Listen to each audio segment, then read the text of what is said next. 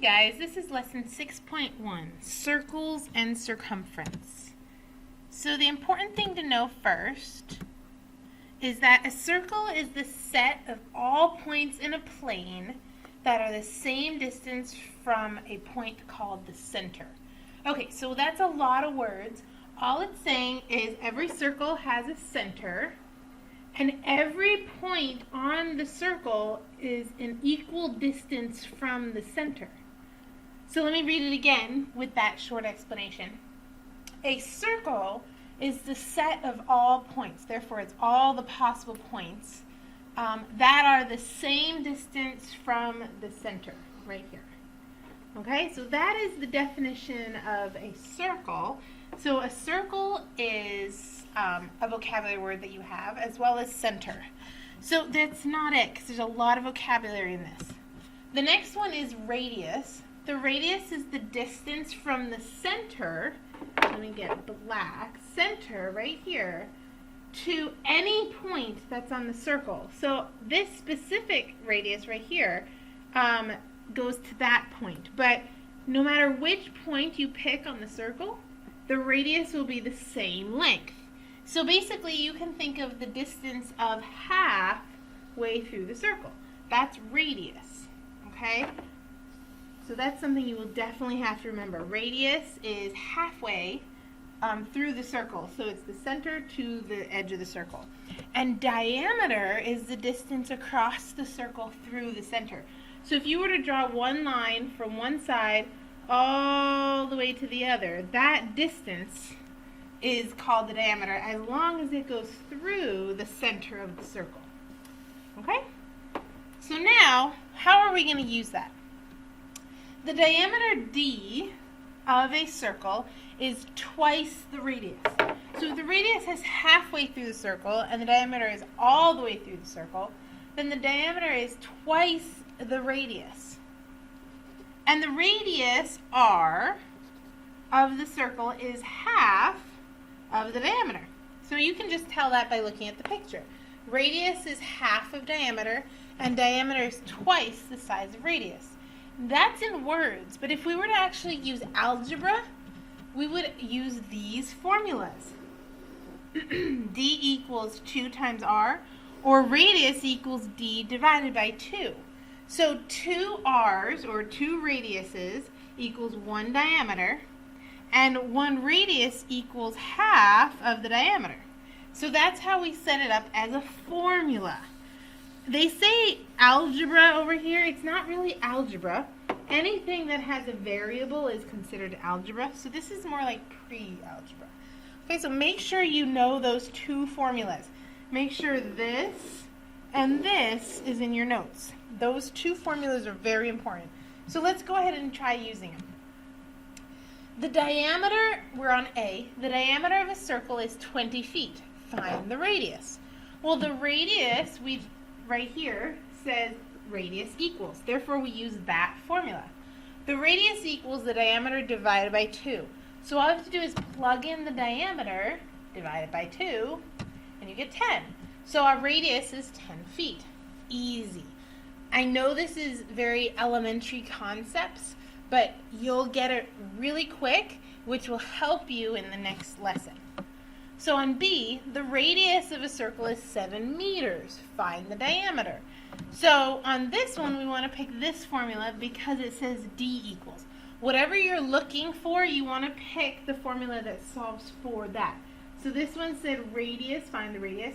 So we picked the one that equals the radius. This one says find the diameter, so we pick the one that equals the diameter. So then all we have to do is substitute in our radius, 2 times 7, and our diameter is 14. So I have 14 meters.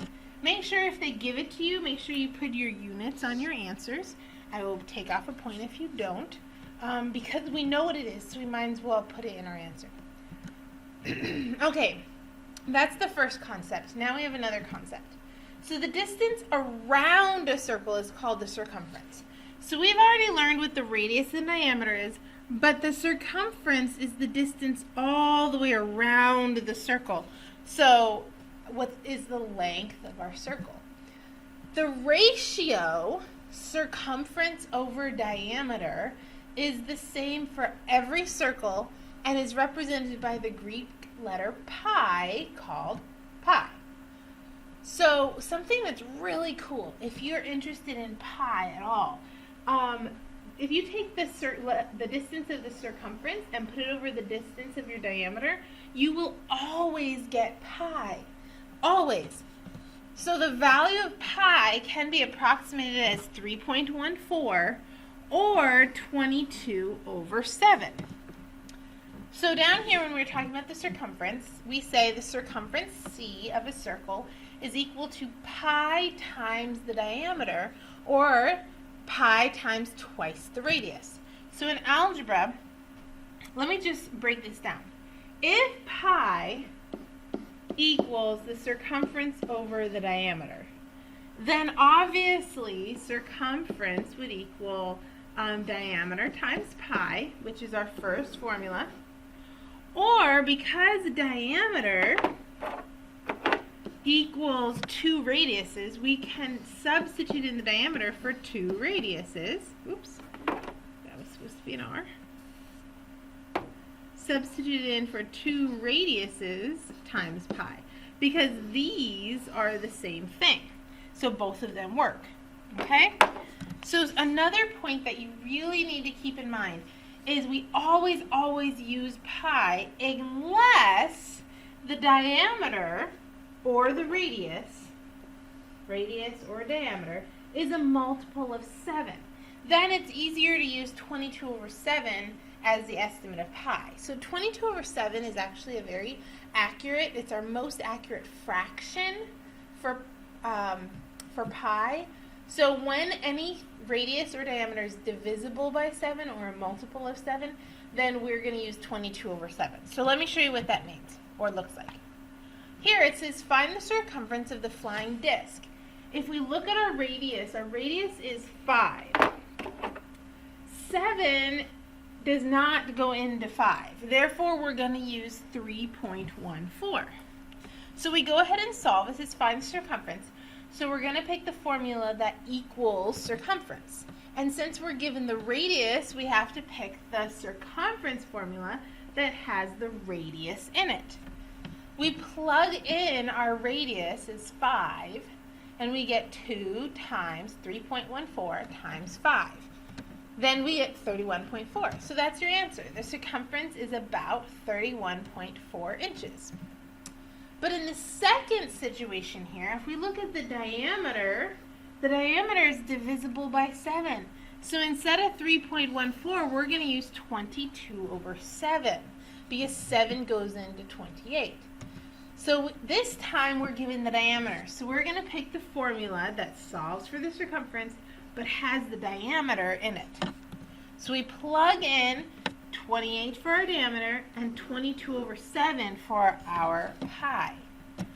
And then that's really easy because now you can just cancel out. Let me show you.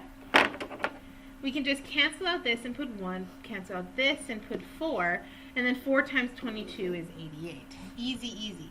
The circumference is about 88 millimeters. Whenever you're dealing with pi, it's impossible to get the exact number, so we always write about on both of our answers because whenever we use pi, we can't get the exact answer, so it's always an estimate, so we always put the word about.